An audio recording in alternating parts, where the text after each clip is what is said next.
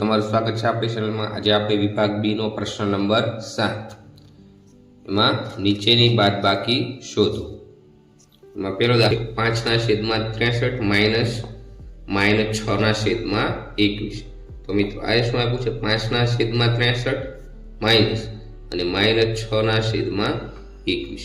હવે આ બંનેની બાદબાકી કરવા માટે આપણે પહેલા શું લેવો પડે? લસાઅ લેવો પડે। તો લસાઅ આપણો કેટલો થશે? 63 × 63 21 તેરી 63। તો લસાઅ આપણો કેટલો થઈ ગયો? 63 થઈ ગયો। હવે 5/63 અહીંયા 63 આપેલા છે એટલે આપણે અહીં ગુણાકાર કરવો પડશે નહીં, નકર તમે એક વડે ગુણાકાર કરી શકો, પણ આપણે ગુણાકાર કરતા નથી। અહીં -6/21। હવે અહીં 63 લાવવા માટે 21 ને કેટલા વડે ગુણવા પડે? 3 વડે। 21 તેરી 63। તો ઉપર એ 3 વડે ગુણાકાર કરવો પડે। તો 5/63 એમના માઇનસ 6 તેરી કેટલા થઈ જશે? 18 છેદમાં 21 તેરી કેટલા થઈ જશે? 63। હવે લસાઅ આપણો 63 છે તો આપણે 63 કોમન લઈ લઈએ તો શું થશે? 5 માઇનસ -18। હવે શું થઈ જશે? 5 એમના minus minus plus, minus plus, તો પ્લસ 18 છેદમાં કેટલા થઈ જશે? 63। તો 5 ને 18 કેટલા થઈ જશે? 23। તો 23/63 એ આપણો શું થઈ ગયો? આન્સર થઈ ગયો। ત્યાર પછી બીજો દાખલો -3/8 -7/11। તો -3/8 -7/11। તો હવે આનો લસાઅ શું થઈ જશે? 11 8 શું થઈ જશે? 88 થઈ જશે। તો લસાઅ શું આનો થયો? આપણે 88 થયો। હવે -3/8।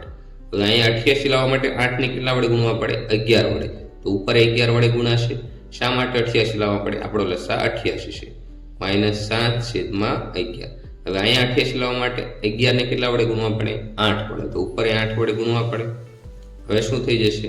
11 તેરી 33 -33 છેદમાં 8 × 11 એટલે 88 માઇનસ 7 8 કેટલા થઈ જશે? 56 છેદમાં 11 8 કેટલા થઈ જશે? 88। ત્યાર પછી -33 અને -56 -33 જે લસાઅ 88 કોમન હતો આપણે આમ નામ લખી દઈએ। હવે શું થઈ જશે? માઇનસ માઇનસ પ્લસ થઈ જશે। 33 અને 56 નો શું થઈ જશે? સરવાળો। તો 6 ને 3 9, 5 ને 3 8 89। પણ આ મોટું પદ 56 એ માઇનસ છે એટલે માઇનસ નિશાની છેદમાં શું થઈ જશે? 88। તો -89/88 આપણો આન્સર થઈ ગયો। ત્યાર પછી ત્રીજો દાખલો છે 7/9 -2/5। તો 7/9 -2/5। તો આનો લસાઅ કેટલો થઈ જશે? 9 × 5 = 45 અને 5 × 9 = 45। લસાઅ કેટલો થઈ ગયો આપણો? 45 થઈ ગયો। હવે 7/9 લખી નાખશું। હવે અહીંયા આપણે લાવવાનો કેટલો છે? 45। તો 9 ને કેટલા વડે ગુણવા પડે? 5 વડે। તો 7 ને પણ 5 વડે જ ગુણવાના। -2/5। હવે અહીંયા આપણે 45 લાવવા માટે 5 ને કેટલા વડે ગુણવા પડે? 9 વડે। નીચે જે સંખ્યા વડે ગુણો એટલી સંખ્યા વડે તમારે ઉપર ગુણાકાર કરવો પડે। હવે શું થઈ જશે? 7 × 5 કેટલા થઈ જશે? 35 છેદમાં 9 × 5 = 45 -9 દુ કેટલા થઈ જશે? 18 5 9 કેટલા થઈ જશે? 45। હવે 35 - 18 અને લસાઅ આપણો 45 કોમન નીકળી જશે। હવે 35 માંથી 18 કરો એટલે કેટલા થઈ જશે? 17। તો 17/છેદમાં શું થઈ જશે? 45 એ આપણો આન્સર થઈ જશે। ત્યાર પછી દાખલા નંબર 4 એમાં શું કીધું છે? 2.4 -1 1.2 તો 5 × 10 10 ને 4 કેટલા થઈ જાય? 14। આ રીતે આ બંનેનો ગુણાકાર થાય એમાં 4 એડ કરી દેવાના। 5 × 10 10 ને 4 14 14/5 માઇનસ 3 × 1 3 3 ને 2 5 છેદમાં શું થઈ જશે? 3। હવે આપણો લસાઅ શું થઈ જશે? 5 તેરી 15 અને 3 × 5 = 15। તો લસાઅ કેટલો થઈ ગયો? લસાઅ બરાબર 15। હવે 14/5। હવે અહીંયા આપણે લસાઅ 15 લાવવો હોય તો 5 કેટલા વડે ગુણવા પડે? 3 વડે। નીચે 3 વડે ગુણ્યા તો ઉપર 3 વડે ગુણવાના। માઇનસ 5/3। હવે અહીંયા આપણે 15 લાવવા પડે 3 ને કેટલા વડે ગુણવા પડે? 5 વડે। 3 × 5 = 15 તો ઉપર 5 વડે ગુણવાના। હવે શું થઈ જશે? 14 તેરી 42 માઇનસ 5 5 25 અને છેદમાં 5 તેરી 15 3 × 5 = 15 થઈ જશે।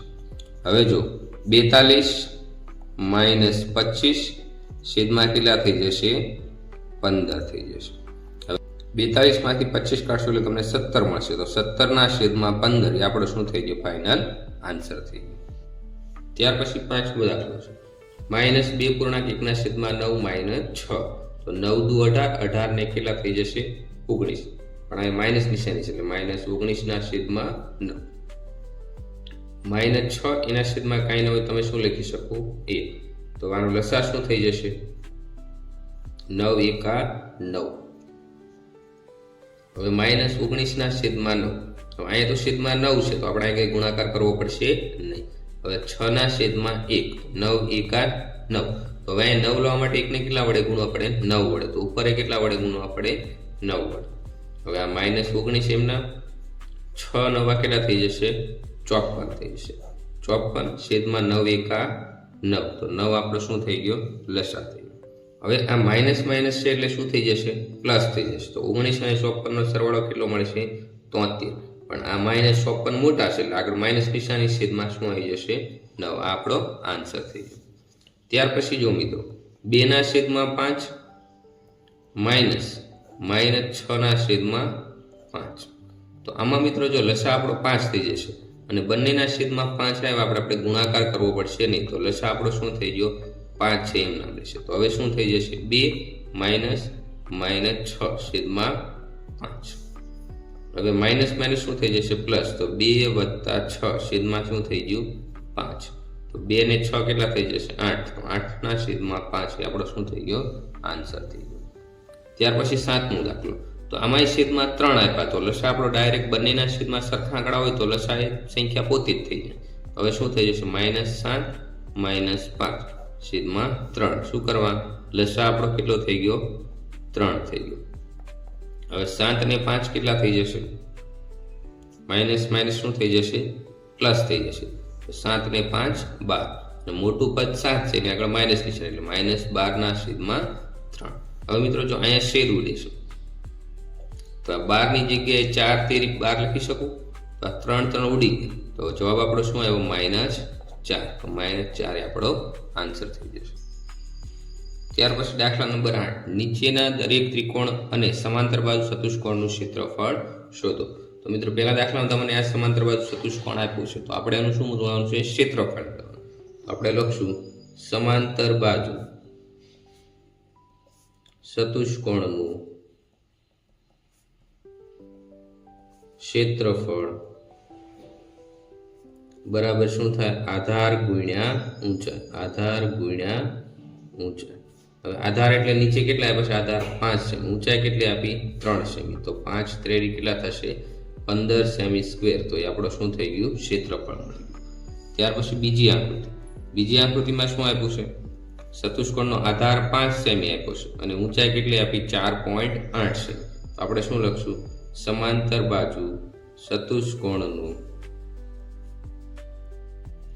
ક્ષેત્રફળ બરાબર શું થઈ જશે આધાર ગુણ્યા ઊંચાઈ। આધાર કેટલો છે 4.8 સેમી, ઊંચાઈ કેટલી છે 5 સેમી। હવે મિત્રો અહીંયા પોઈન્ટ છે, તો પોઈન્ટ નીકળવા માટે 4.8 છે, તો એક પોઈન્ટ કાઢી નાખી છેદમાં કેટલા થઈ જાય 10, ગુણ્યા શું થઈ જશે 5 થઈ જશે। હવે અહીંયા 10 ની જગ્યાએ 5 ગુણ્યા 2, તો 5 5 ઉડી જાય 48, તો 24 દુ કેટલા થઈ જશે 48, તો આ બગડો ઉડી ગયો, તો ક્ષેત્રફળ કેટલું મળ્યું આપણે 24 સેમી સ્ક્વેર મળ્યું। ત્યાર પછી ત્રીજો દાખલો, એમાં ત્રિકોણ આપ્યો છે મિત્રો, આપણે ત્રિકોણ આપ્યો છે તો એનું સૂત્ર શું થઈ જશે 1/2 પાયો ગુણ્યા વેધ, તો આપણે લખી નાખીએ ત્રિકોણનું ક્ષેત્રફળ બરાબર 1/2 પાયો ગુણ્યા વેધ। હવે પાયો કેટલો થઈ જશે 1/2 એમ, પાયો એટલે જે આપણો પાયો છે એ 5 સેમી આપ્યો, હું વેધ કેટલો આપ્યો છે 3.2, 1/2 ગુણ્યા 5 3.2 છે, તો પોઈન્ટ પછી એક નંબર એટલે છેદમાં શું થઈ જશે 10 થઈ જશે, તો અહીંયા શું થઈ જશે 16 દુ 32 થઈ જશે, 5 દુ 10 થઈ જશે। હવે 16 ભાગ્યા 2 એટલે 8 દુ 16, તો આપણે કેટલું ત્રિકોણનું ક્ષેત્રફળ મળશે 8 સેમી સ્ક્વેર ત્રિકોણનું ક્ષેત્રફળ મળશે। ત્યાર પછી દાખલા નંબર 4 છે, તો આમાં શું થઈ જશે ત્રિકોણ આપ્યો છે, તો ત્રિકોણ આમાં શું થઈ જશે આ એનો પાયો થઈ જશે અને આ ઉપર જ્યાં ઊંચાઈ આપી છે એનો શું થઈ જશે? વેધ અથવા ઊંચાઈ થઈ જશે. અને આ શું થઈ જશે? પાયો અથવા આધાર થઈ જશે. તો લખશું આપણે ત્રિકોણનું ક્ષેત્રફળ બરાબર 1/2 પાયો ગુણ્યા વેધ થઈ જશે. 1/2 એમના પાયો કેટલો છે? 3 સેમી. 3 વેધ કેટલો છે? 4 સેમી. તો 4 ની જગ્યાએ 2 ગુણ્યા 2, તો 2 ઉડી ગયા. વધ્યું શું? 3 દુ 6. તો 6 સેમી સ્ક્વેર આપણને શું મળ્યું? ત્રિકોણનું ક્ષેત્રફળ મળ્યું. ત્યાર પછી 5મો દાખલો અને છેલ્લો દાખલો. તો આમાં શું થઈ જશે? આ ત્રિકોણ આપ્યો છે, તો ત્રિકોણના ક્ષેત્રફળનું સૂત્ર લખી નાખશું આપણે પહેલા. ત્રિકોણનું ક્ષેત્રફળ બરાબર 1/2 પાયો ગુણ્યા વેધ. હવે 1/2 એમના પાયો કેટલો છે? 3 સેમી. વેધ કેટલો છે?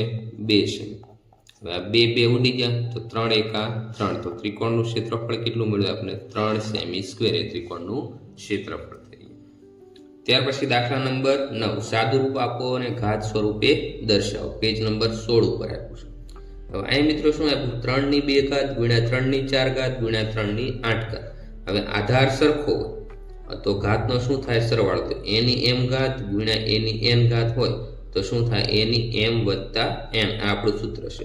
તો અહીંયા બધામાં શું છે? આધાર સરખો. 3 ની 2 ઘાત ગુણ્યા 3 ની 4 ઘાત ગુણ્યા 3 ની 8 ઘાત. તો બધી ઘાતનો શું થઈ જશે? સરવાળો. 3 ની 2 વત્તા 4 વત્તા 8.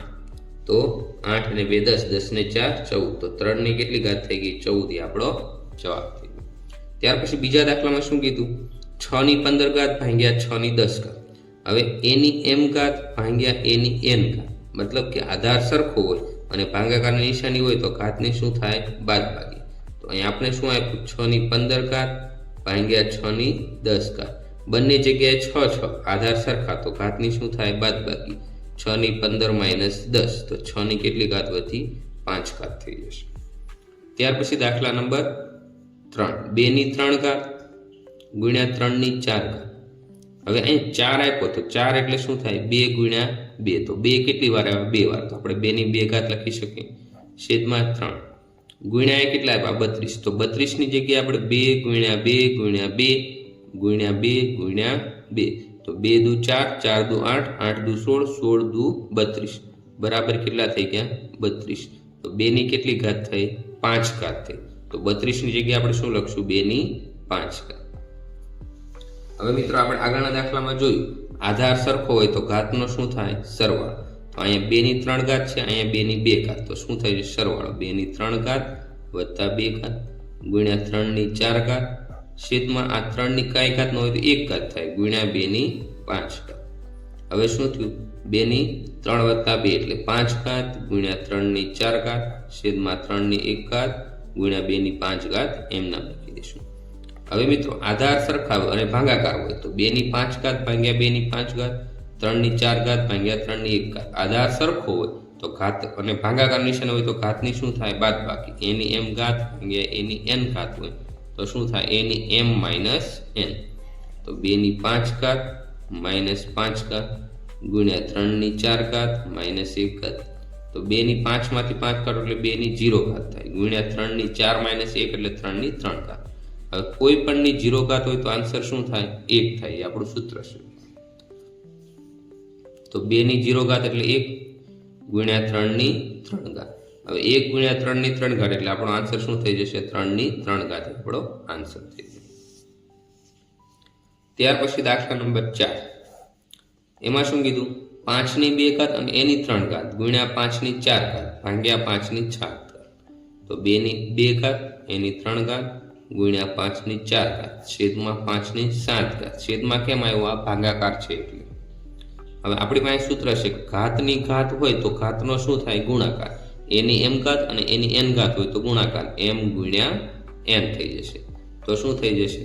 5 ગુણ્યા 2 ની 3, 2 ગુણ્યા 3 ઘાત. શું કરવા? ઘાતની ઘાત છે ગુણ્યા 5 ની 4 ઘાત છેદમાં 7 ઘાત. તો 5 ની 2 તેરી કેટલી ઘાત થઈ જશે? 6 ઘાત ગુણ્યા 5 ની 4 ઘાત છેદમાં 5 ની 7 ઘાત એમના. હવે શું છે મિત્રો? જો આધાર સરખો અને ગુણાકાર છે તો ઘાતનો શું થઈ જશે? સરવાળો. 5 ની 6 વત્તા 4 છેદમાં 5 ની 4 ઘાત એમ નામ, તો કેટલી થઈ જશે 5 ની 10 ઘાત ભાગ્યા 5 ની 7 ઘાત। હવે મિત્રો આધાર સરખો હોય અને ભાગાકાર હોય તો ઘાતની શું થઈ જશે બાદબાકી, તો 5 ની 10 માઇનસ 7, તો જવાબ શું થઈ જશે 5 ની 3 ઘાત, એ આપણો આન્સર થઈ જશે। દાખલા નંબર 5, તેમાં શું કીધું છે 4 ની 5 ઘાત ગુણ્યા a ની 8 ઘાત ગુણ્યા b ની 3 ઘાત ભાગ્યા 4 ની 5 ઘાત ગુણ્યા a ની 5 ઘાત ગુણ્યા b નો 2 ઘાત છે।